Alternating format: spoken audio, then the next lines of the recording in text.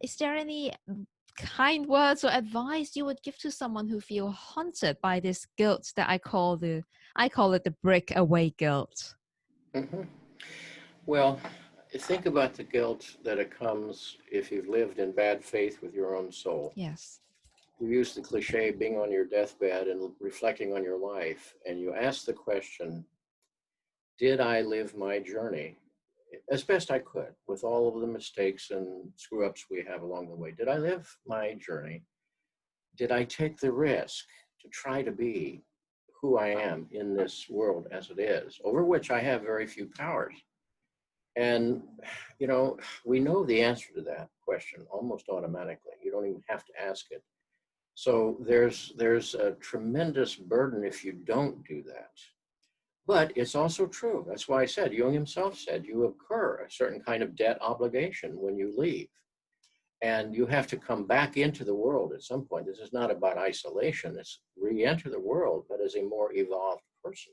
Now, not everybody's going to stand there and applaud, because the purpose of a parent is in some way to love and support and give as much capacity to that child in order to live their journey.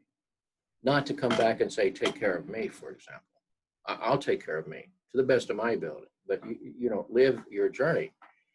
So, we know, one of the big tasks that I talked about in the last book was, we have to free our children from us, because it's rare that a parent doesn't impose upon a child. I want that child to endorse my values, have the same politics, religious values that I have, and not go too far, because I may need them as I get elderly, et cetera, et cetera. There's understandable motives, but they're also narcissistic, and they're not about loving a child. You No. can't say that's loving the child as the other. We have to say, this child's a mystery who passed through my body and my history en route to their own journey. Yeah. Yeah. And if I'm a good parent, I do everything I can to support that.